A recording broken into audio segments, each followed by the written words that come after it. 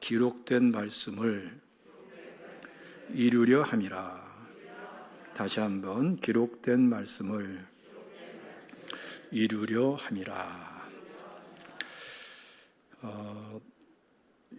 참 이 역대기, 열왕기상하, 역대기상하 이런 구약의 역사서를 쭉 보면은 정말 어쩌면 그렇게 우리 현실에 정말 탁탁 들어맞는 말씀인가. 또 한 걸음 더 나아가서는 우리 인간으로서는 풀어가지 못하는 그런 문제들에 대해서 하나님께서는 어쩌면 이렇게 정확하게 해답을 제시하시는가. 참 번번이 고백할 수밖에 없습니다. 그래서 오늘날 우리 대한민국도 아주 혼란하고 좀 전 세계적으로 그래요. 아주 참 혼란하고 정말 복잡하고 또 많은 것을 누리고 있지만 또 극단적인 위험에 치닫고 있는 여러 가지 현상들이 국제사회에서 있고 또 국제관계에 있고 한반도 상황이 그렇고 대한민국 또 내부 상황이 그런데 우리가 역사관 자체도 우리가 일치를 못 보고 있죠. 역사 교과서 자체도 양극화되어 있어요. 그걸 통합하지를 못하고 의견 일치를 보지를 못해요. 그만큼이나 아주 극단의 극단으로 대입을 하고 있는데, 그래서 역사 교육 자체의 부재 현상이 이미 오래전부터 쭉 나오고 있고, 그러니까 역사가 없는 나라가 되고 있어요. 이미 오래전부터. 이러면 이제 나라는 무너지는 거예요. 남의 역사는 뭐예요? 자기들에게 유익한, 자기들 입장에서 역사가 나오겠죠? 정체성도 없어져 버리고, 보통 어려운 점이 아닌데, 근데 우리에게 있는 정말 큰 축복은 뭐냐면은 하나님 말씀이 있다. 그래서 우리에게는 이 말씀에 입각한 성경적 역사관이 우리한테는 있다. 이런 역사가의 관점, 저런 역사가의 견해, 이런 역사, 저런 역사, 이런 그러한 부분적이고 인간 차원에서의 편협된 그러한 제한적인 그러한 이해와 관점이 이 세상에서는 있지만, 그러나 우리에게는 하나님의 관점에서의 역사가 있다. 하나님 관점에서의 성경적인 역사관이 우리 그리스도인들에게는 주어져 있다. 그리고 그 하나님께서는 그냥 단순하게 자료 논리, 말싸움 이것이 아니고 역사를 주관하시는 하나님이시다.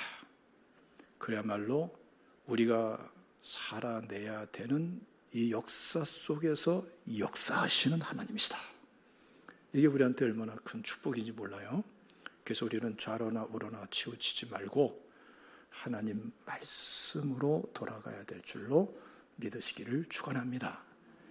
오늘 이 남유다의 역사를 보더라도 이미 BC 722년에 북이스라엘은 아수르에게 망했죠. 나라가 아예 없어지고 온 국민이 다 다른 민족들에게로 뿔뿔이 흩어져 끌려가고 노예 생활, 혼혈족으로 변해가고 있는 이 끔찍한 현상이 일어났습니다.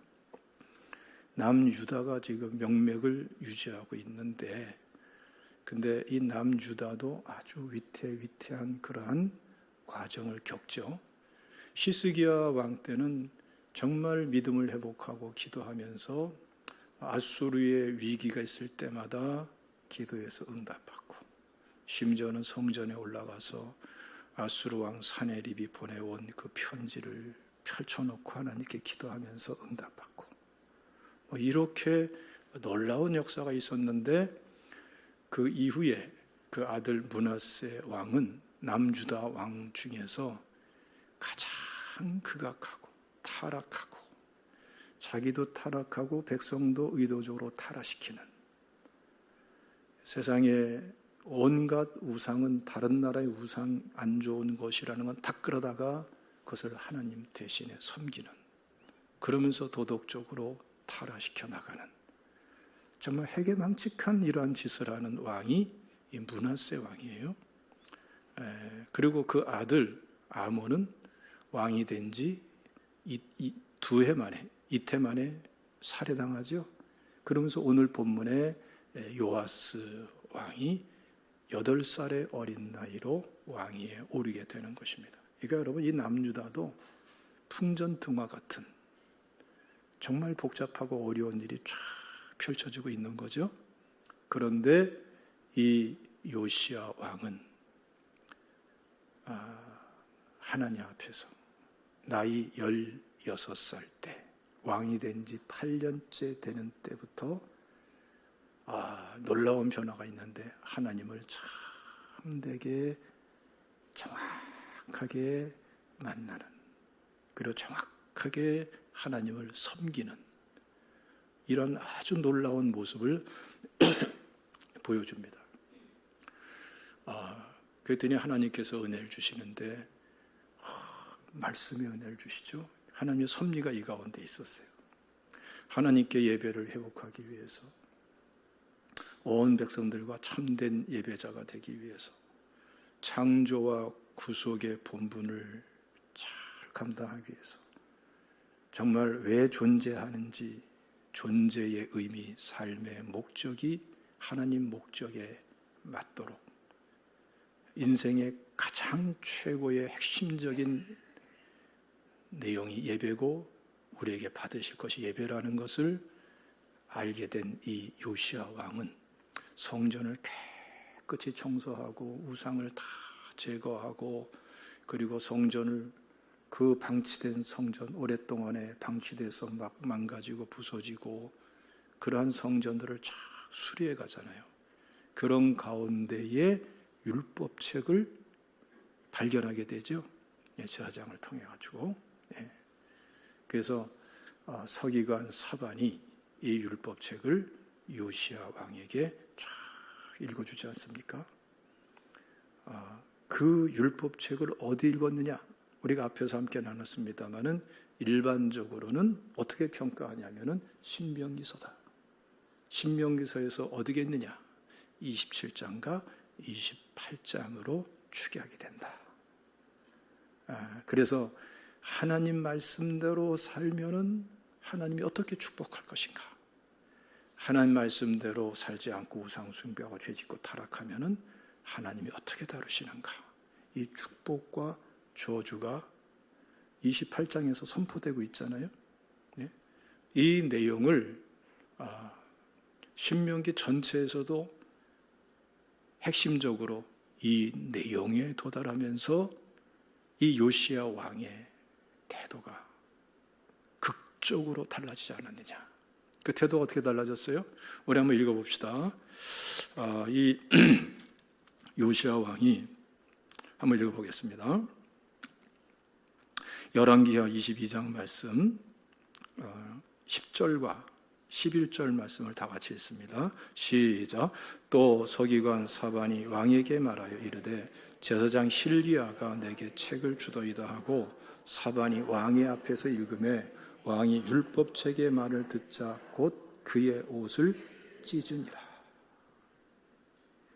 그러니까 그때에 이 요시야는 가만히 있을 수가 없는 거예요.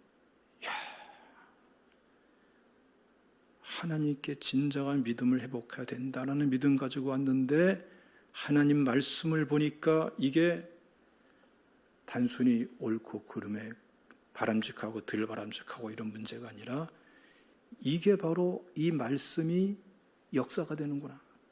하나님이 북이스라엘은 물론이거니와 남유다의 역사를 주관하시는구나. 그리고 우리에게 이렇게 비참한 이러한 위기가 닥친 것은 말씀을 보니까 우리가 말씀대로 살지 않고 예배가 무너졌기 때문이구나. 이거를 깨달으면서 옷을 찢고 하나님 앞에 겸손하게 엎드리는 거예요. 이게 굉장히 중요합니다. 그랬더니 여 선지자 훌다를 통해 가지고서 하나님께서 밝혀주시는 내용이 뭐예요? 읽어보겠습니다. 22장 19절 말씀 그리고 20절 말씀 다 같이 읽습니다. 시작. 내가 이곳과 그 주민에게 대하여 빈터가 되고 저주가 되리라 한 말을 내가 듣고 마음이 부드러워져서 여호와 앞 곧 내 앞에서 겸비하여 옷을 찢고 통곡하였으므로 나도 내 말을 들었노라. 여호와가 말하였느니라. 그러므로 보라, 내가 너로 너희의 조상들에게 돌아가서 평안히 묘실로 들어가게 하리니 내가 이곳에 내리는 모든 재앙을 내 눈이 보지 못하리라 하셨느니라 하니 사자들이 왕에게 보고하니라.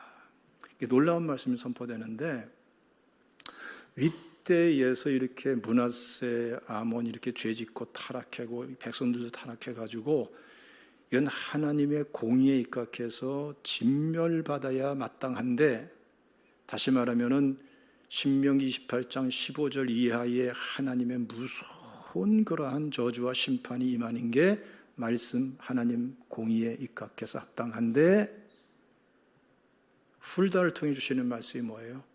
요시야 왕, 내가 이 말씀을 들을 때에 옷을 찢으며 마음을 부드럽게 하고 겸손하여 엎드려 통곡하면서 하나님 앞에 나오니 너희의 시대에는 신명기 28장 15절 이하의 무서운 심판을 내리지 않겠다. 그거를 선언해 주시는 거예요. 그러니까 여러분, 이 말씀을 보면 우리가 뭘 할 수 있죠? 우리가 무슨 우리나라에 대해서 과대하게 굉장한 나라라 이렇게 떠드는 유튜버들도 있고, 아니다, 엉망진창이다 이렇게 말하는 유튜버가 많이 있는데, 이런 소리 저런 소리 다 할 수 있겠습니다만은 대한민국의 역사를 주관하시는 분은 하나님이시다. 믿습니까? 예. 이걸 우리가 알아야 되겠습니다. 그리고 대한민국의 이 한국교회가 깨어서 기도하며 예배를 회복해 나가면은 이 땅에는 소망이 있다. 믿습니까? 우리 제자교회 성도님들이 정말 깨어서 요시야 왕처럼 말씀이 진행되고 있는 것을 볼 때에 하나님의 공의가 진행되고 있는 것을 말씀 그대로 이해하면서 이 한반도의 상황이, 국제정세가, 나라 경제가, 가계 문제가, 경제 여러 가지 문제 현상들이, 도덕적인 문제가, 폐륜의 사상의 문제가 이렇게 복잡하게 얽혀서 돌아가면서 이 많은 축복 속에서 언제 침몰할지 모를 이런 위기를 겪으면서 나가는 이런 것을 볼 때에 우리 제자교회 성도님들이 요시야 왕처럼 옷을 찢으며 마음을 부드럽게 하고 겸비하여져서 요시야 왕처럼 하나님께 통곡하며 은혜를, 긍휼을 구하며 나갈 때에 대한민국의 역사를, 경제를, 가정과 사업과 직장을, 자녀들을, 그 환경을, 심지어는 국제관계도 움직이시는 분은 하나님이신데 축복으로 움직이신다 이거예요. 믿습니까? 그래서 요시야 왕 때는 요시야가 왕으로 있는 31년간 BC 609년까지 완전히 평안하잖아요. 그 이스라엘 역사가 참 희한한 게 뭐냐면은 이스라엘 백성들이 하나님 앞에서 진정한 예배자로 나가면은 자꾸 힘이 생겨요. 하나님이 축복하세요. 그 주변 나라가 약해져요. 이스라엘 백성들이 예배를 잃어버리고 우상 숭배하고 타락의 길을 가고 하나님과 다른 것을 겸해서 섬기고 혼합주의에 빠져버리면은 이스라엘은 약해지고 다른 나라는 강해져요. 이 현상이 요시야 시대도 그대로 일어나지 않습니까? 그 무섭고 불가항력적인 그 아수르 나라가 말이죠. 힘을 잃어가기 시작해요. 한쪽에서는 막 바벨론이 일어나면서 힘을 잃어버리고 애굽도 힘을 쓰지 못하고 하나님은 국제 정세도, 나라도, 민족도, 개인도, 가정도, 사업도, 직장도 뭘 중심으로 움직이세요? 예배 중심으로 움직이시는 하나님이세요. 할렐루야. 안 믿는 사람들은 이것을 말도 안 되는 소리라고 그러지만 성경을 보면은 글로 다 집약이 돼요. 그래서 우리는 기도 제목 속에서 뭐부터 회복해야 돼요? 예배부터 회복하셔야 돼요. 믿으시길 축원합니다. 할렐루야. 예. 그런데 오늘 본문 말씀 보면은 참 중요한 말씀이 있죠. 24절 말씀을 다 같이 읽겠습니다. 시작. 요시아가 또 유다 땅과 예루살렘에 보이는 신접한 자와 점쟁이와 드라빔과 우상과 모든 가증한 것을 다 제거하였으니 이는 대제사장 율법의 말씀을 이루려 함이라. 하반절 말씀을 보면 말이죠. 우상을 쫙 제거하고 나서 요시아 왕이 예배 회복의 과정이에요. 그리고 나서 여호와의 성전에서 발견한 책에 기록된 율법의 말씀을 이루려 함이라. 우상을 제거하는 것은 뭐 하는 일이었어요? 말씀을 이루려고 하는 것이었다. 그렇죠? 예. 그러면서 그래야지만이 진정한 예배가 세워지겠죠. 그러니까 여러분, 우리가 예배를 세우는 거는 그럴듯한 나의 감정이나 뭐 내 계획, 내 결단 이거 하면 안 돼요. 그거 뭐 불필요하다는 게 아니라 거기에 머무르면 안 된다는 거예요. 그게 아니라 어디로 돌아가야 돼요? 말씀으로 돌아가야 돼요. 말씀은 뭘 원합니까? 우상을, 죄를 제거하라. 믿습니까? 그래서 하나님만 섬겨라. 예배는 하나님을 위한 거예요. 믿습니까? 여러분들 착각하면 안 됩니다. 예배 보러 왔어요? 드리러 왔어요? 그렇죠. 아이고, 역시 이 차이가 크단 말이에요. 예배 위로받으러 왔어요? 하나님께 영광 돌리기 위해서 왔어요? 하나님께 영광 돌려야지만이 진정한 위로도 은혜도 축복도 그 결과로 오는 것이지, 내 위로가 예배의 목적이 아니란 말이에요. 그건 결과일 뿐이죠. 믿습니까? 예. 그래서 보세요. 기록된 율법의 말씀을 이루려 함이라. 굉장히 참 중요한 말씀이에요. 이 말씀이 성경에 여러 군데 나오는데요. 특별히 마태복음 4장 말씀 보면요. 예수님께서 공생에 시작하기 전에 마귀에게 시험을 받으십니다. 그때에 마귀도 어떻게 시험을 하세요? 하세요가 아니지. 어떻게 시험을 하죠? 참 놀랍게도 6절 보면은 내가 만일 하나님의 아들이거든 뛰어내리라 기록되었으되. 이거 마귀도 기록된 말씀을 가지고 시험을 해요. 이게 무서운 겁니다. 예? 이단들이 어때요? 기록된 말씀 가지고 이단에 빠진다고요. 쥐들이 하나님이 되고 말이죠. 예? 근데 예수님은 어떻게 합니까? 예수님도 역시 기록된 말씀으로. 예수께서 대답하여 이르시되 4절 말씀 보면은 기록되었으되 사람이 떡으로만 살 것이 아니요 하나님의 입으로 나오는 모든 말씀으로 살 것이라 하였느니라. 7절도 보면은 또 기록되었으되 주 너희 하나님을 시험하지 말라 하였느니라.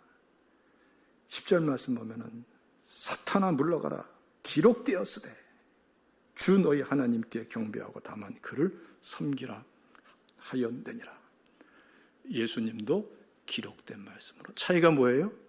마귀는 기록된 말씀을 왜곡해서 시험하는 것이고, 예수님은 기록된 말씀을 말씀 그대로 정확하게 들어 사용하면서 마귀를 물리치는 것이죠. 시험을 물리치고.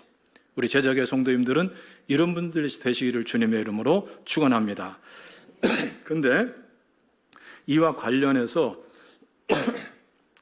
14절 말씀 읽어봅시다. 마태복음 4장 14절. 예수님의 이 사건, 기록된 말씀으로 사탄을 물리치시는 이 사건, 그것에 이어서 중요한 선포를 하십니다. 다 같이 읽습니다. 시작. 이는 선지자 이사야를 통하여 하신 말씀을 이루려 하심이라 일렀으되. 기록된 말씀을 어떻게 해요? 이루려 하심. 이 말씀도 여러 번 나오죠, 성경에? 네. 이게 오늘 본문 말씀과 굉장히 밀접한 관계가 있어요. 오늘 본문에서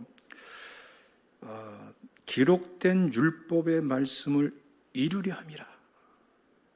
그러니까 이 요시야는 말씀을 그냥 교양으로 삼는 것으로 끝나는 게 아니고, 뭐 지식을 더 채우기 위한 것도 목적이 아니고, 말씀의 정보를 그냥 정보 나누듯이 나누고 이런 자료 나눔으로 끝나는 게 아니고, 지금 요시야가 하나님 앞에 옷을 찢으면서 통회하면서 돌아오면서 그때부터 본격적으로 추진해 나가는 게 뭐냐면은 말씀을 이루려 함이라. 이 말은 뭐냐면은 원문상으로는 쿰이라는 단어예요. 쿰, 세운다는 뜻이에요. 그러니까 말씀을 어떻게 하려고요? 세우려고 한다 이거죠.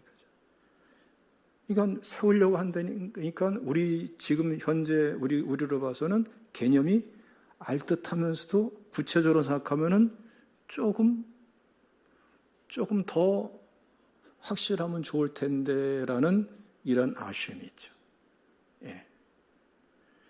근데 예수님께서 공생의 기간 동안에 그 시험을 받으시면서, 시작할 때 시험을 받으시면서 사단을 물리치면서 뭐라고 말씀해요? 그 모든 과정을 결론적으로 또 한 번 딱 집어주시기를 뭐라 그래요? 기록된 말씀을 이루려 하심이라. 단어는 물론 틀리죠. 신약 성경이니까. 플레로라고, 플레로. 이거는 어떤 뜻이냐면은 가득 채운다. 가득 채운다. 그 말 자체의 의미는 틀리지만 문맥 속에서 사용된 용례상으로는 서로가 서로의 의미를 보완해줘요. 그러면서 이 말씀이 의미하는 게 뭔가를 구체화시켜 주는데 말씀이 그대로 실현되도록, 말씀이 책에만 기록되어 있는 것이 아니라 그대로 자기에게, 백성들에게 온 유다 땅에 그대로 실현되도록, 실현되도록. 그래서 말씀이 실제가 되도록. 그래서 말씀이 이게 너무나 실제가 돼서 말씀이 그냥 책에 기록돼, 성경책에 기록되어 있는, 두루마리 책에 기록되어 있는 말씀이 아니라 그냥 현실이 되도록. 그래서 이게 하나님 말씀이구나라는 것을 아는데, 하나님 말씀이래, 하나님 말씀이니까 이런 식으로 아는 게 아니고, 하나님 말씀이니까 분명히 하나님 말씀이겠지 이러는 게 아니고, 우기는 게 아니에요. 말씀이 진짜 하나님 말씀이라는 것이 뭘 통해서 알게 돼요? 말씀이 실제화 되니까. 예? 그래서 이 성경 번역본들 쭉 보면은 여러 가지 형태로 번역을 해, 이 내용에 대해서. 한 가지, 두 가지로 번역되질 않아요. 그런데 제가 보기에 전체 문맥 속에서, 그리고 본문의 본의를 가장 적절하게 번역한 것은 conform이라는 단어. conform. 예, 확증해 주는 거예요. 확실하게 만들어 주는 거예요. 확실하게 입증해 주는 거예요. 예? 예. 그런데 사실은 그거보다 더 실질적인 것은 뭐냐면은 확증 자체도 중요하지만, 예? 말씀이 그냥 실제가 되는 게 더 중요한 거예요. 실제가 된 결과로 확증이 되는 거예요. 할렐루야. 지금 이 요시야 왕은 말씀 운동을 일으키되 이렇게 일으켰다고요. 그러니까 우리 제자교회 성도님들의 신앙생활은 말씀을 지식으로, 교양으로, 정보로, 무슨 이런 그러한 차원에서 하면은 안 돼요. 그럼 뭔가 된 것 같지만 아무 된 게 없는 거예요. 그리고 자꾸 그런 상태에서는 또 다른 형식주의, 또 다른 전통주의, 또 다른 형태의 문화만이 생길 뿐이에요. 그게 아니라 하나님 말씀이 말씀되도록 하는, 이 요시야 왕 같은 이러한 말씀 부흥을 일으킬 수 있기를 주님의 이름으로 축원합니다. 이거는 이렇게 합시다 할 것이 아니라 개개인이 해야 되는 거예요. 그렇죠? 왜? 자신의 삶은 누가 대신 못 살아줘요. 그러니까 오늘 우리가 함께 말씀 나눴으면은 이 말씀이 지식이나 뭐 이런 것으로 끝나는 게 아니고, 감동이나 무슨 뭐 어쩌고저쩌고 이런 걸로 끝나는 게 아니라, 이제 이번 주간에 이 말씀이 실제 나의 생각이 되고 나의 말이 되고 나의 행동이 되어서 내 한 주간의 생활 속에서 이 말씀이 하나님 말씀이야, 이게 생활 속에서 입증되도록. 예? 할렐루야. 말씀이 성경책에 있는 말씀 따로, 무슨 어떤 말씀 따로 이런 게 아니고, 이 말씀이 그냥 현실이 되도록, 말씀을 현실화, 사실화 시켜 나갈 수 있는 우리 모두가 되기를 주님의 이름으로 축원합니다. 여기에서 진정한 말씀 부흥이 일어날 수가 있고요, 예배 회복이 일어날 수가 있는 거예요. 예배 부흥과 예배 확장도 일어날 수 있게 되는 줄로 믿으시기를 축원합니다.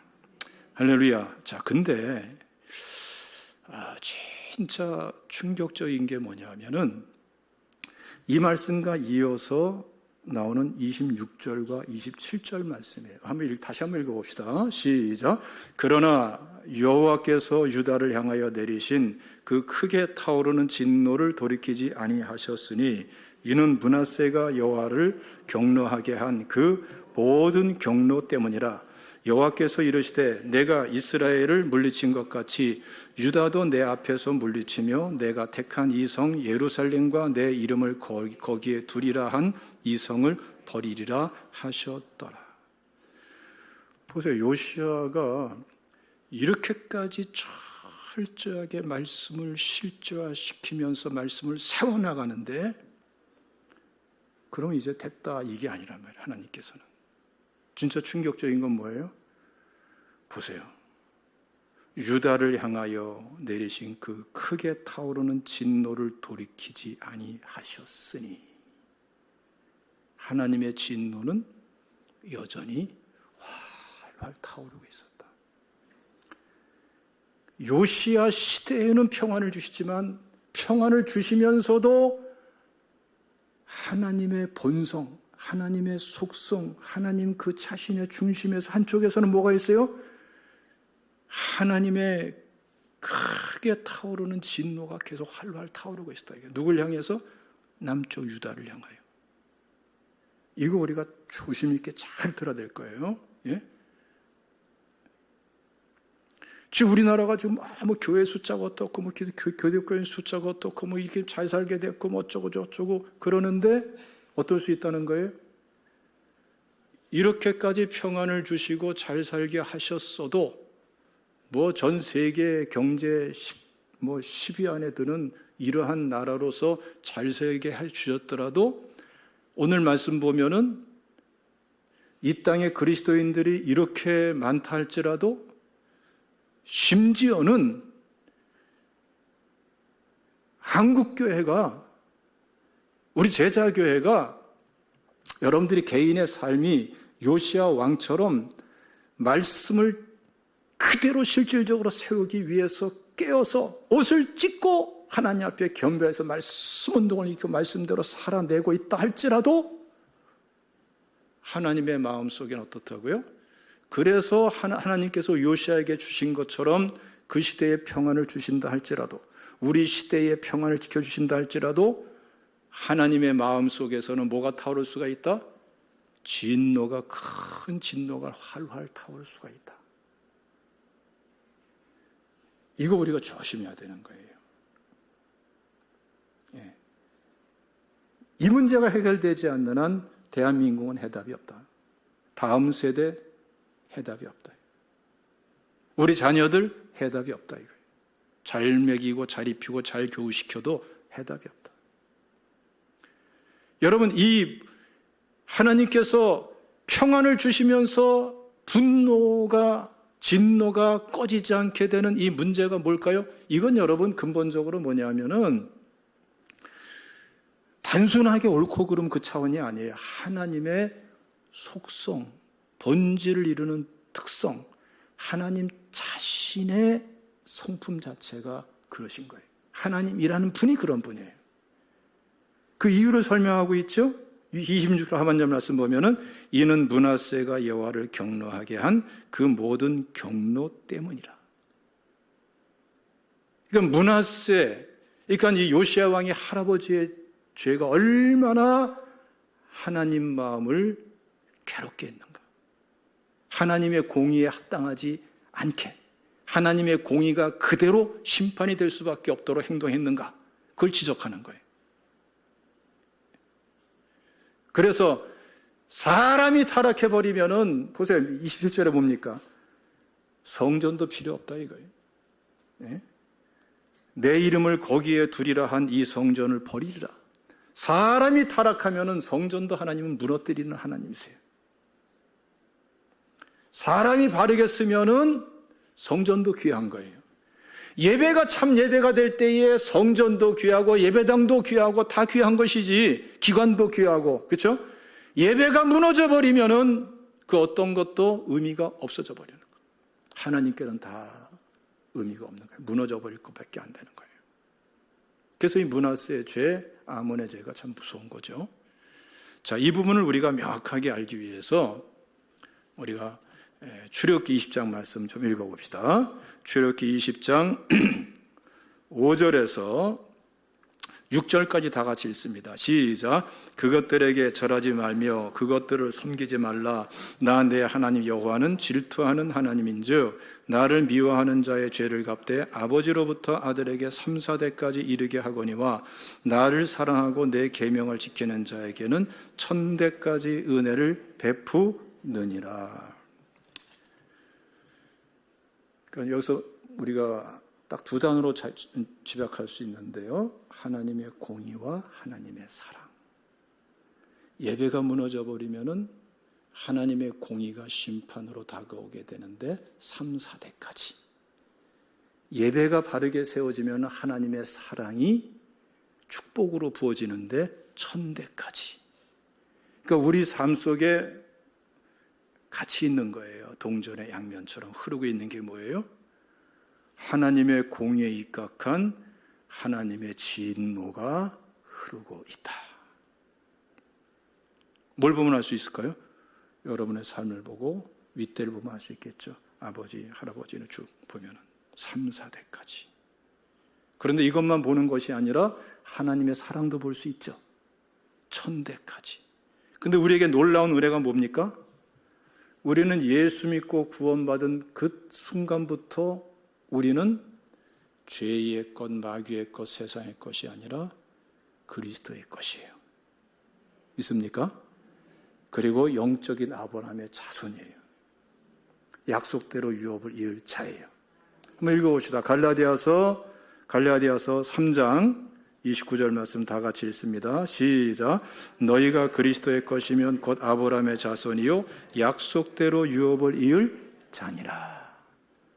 그래서 비록 이 세상이 죄악이 관영하고 비록 이 땅에 우리보다 먼저 산 세대들이 우상 숭배했었고 그래서 이 땅이 죄로 우상으로 쩌들려서 하나님의 공의가 진노로 임할 수밖에 없고 그 진노가 지금 하나님이 주시는 이 평안 속에서도 그 진노가 아직 하나님께 타오를 수밖에 없을지라도 그것만 있는 것이 아니라 우리가 예수 믿고 구원받을 때에 아브라함부터 온 그 놀라운 언약적인 축복이 1000대까지 흐르고 있기 때문에 진멸되지 않는 소망의 은혜가 우리한테 있는 거예요. 있습니까? 그래서 우리가 어떤 자세를 가져야 됩니까? 여기서 우리는 깨어있는 자세를 갖고요.